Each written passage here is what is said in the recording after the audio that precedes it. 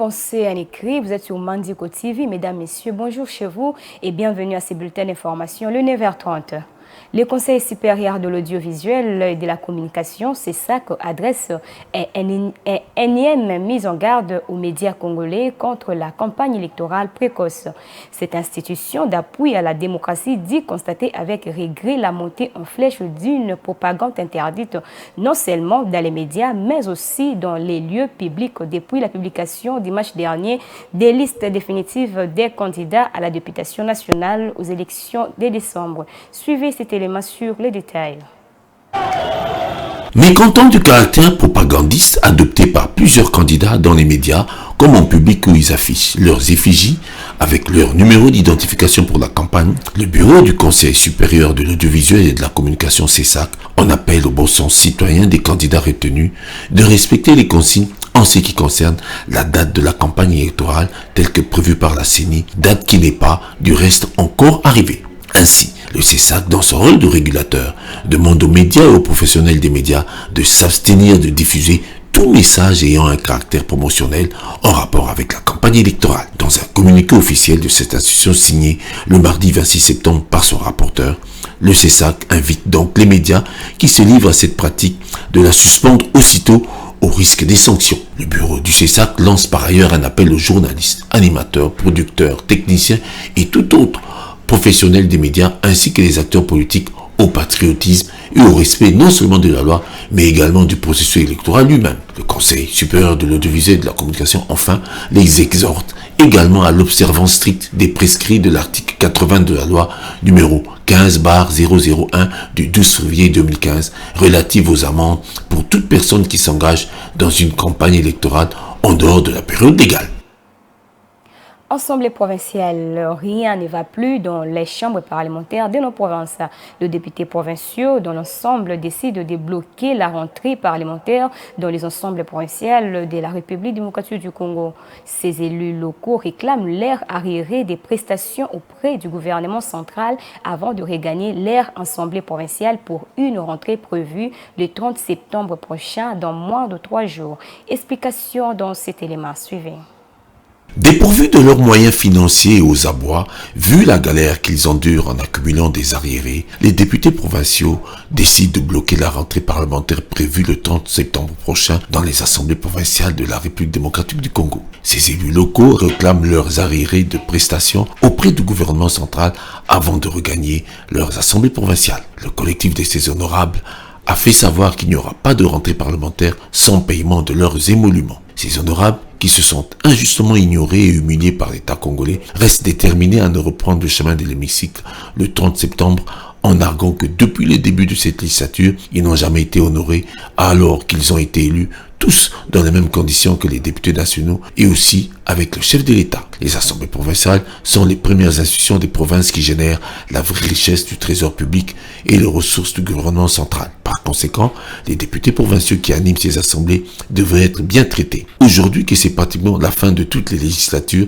il ne reste que l'occasion de cette session budgétaire de septembre pour que le gouvernement puisse se racheter en mettant des conditions normales de fin mandat. Sur ce fait, le collectif des députés provinciaux s'est engagé délibérément de bloquer la session de septembre afin de secouer la gestion des provinces, seul moyen d'interpeller le gouvernement central qui fait longtemps la sourde oreille sur leur cas scandaleux et indigne pour la République. Selon les informations recueillies, ces élus provinciaux n'ont été uniquement payés qu'au mois de mai 2023, lorsque les émoluments des mois de juin, juillet, août et septembre n'ont jamais été payés par le gouvernement central. Certains auraient même des arrêts de plus de 10 mois. Par contre, les députés provinciaux du Tanganyika se disent être les plus abandonnés de la République car ils n'ont jamais touché à un franc depuis le début de cette législature. Le lundi dernier, pour faire entendre leurs revendications, ces élus ont organisé un sit-in devant le cabinet du ministre des Finances Nicolas Kazadi pour réclamer le paiement de leurs arrêts bloqués injustement par le Trésor public. Implication et conclusion, face à cette situation d'indélicatesse, les assemblées provinciales risquent de ne pas organiser la rentrée parlementaire qui est exclusivement budgétaire et par conséquent, ce sont les provinces qui seront bloquées systématiquement. Et pour finir, les conditions des personnes déplacées dans les cas en Ituri comme au Nord Kivu ainsi qu'au Sud Kivu ne cessent de se détériorer en République démocratique du Congo en cette période pluvieuse. Outre ces conditions de vie, s'ajoute l'aggravation de l'insécurité alimentaire qui contribue à la crise sanitaire croissante dans ces parties du pays. Les manques de financement entravent les efforts des acteurs humanitaires. Les programmes alimentaires mondiaux lancent un appel pour obtenir 629,7 millions de dollars afin de répondre aux besoins aux besoins des plus pressants dans ces 3 provinces touchées par les conflits. Suivez les commentaires avec Ronta Luela. Avec l'arrivée de la saison de pluie en République démocratique du Congo, les conditions de vie de personnes déplacées dans les camps qui ont fui les conflits en Ituri, au nord Kivu et au sud Kivu, se sont rapidement détériorées. Les familles se retrouvent à s'abriter sous des minces bâches soutenues par des branches de bois, tandis que les fortes pluies rendent leurs conditions de vie invivables. Outre l'aggravation de l'insécurité alimentaire, ces conditions difficiles ont également contribué à une crise sanitaire croissante.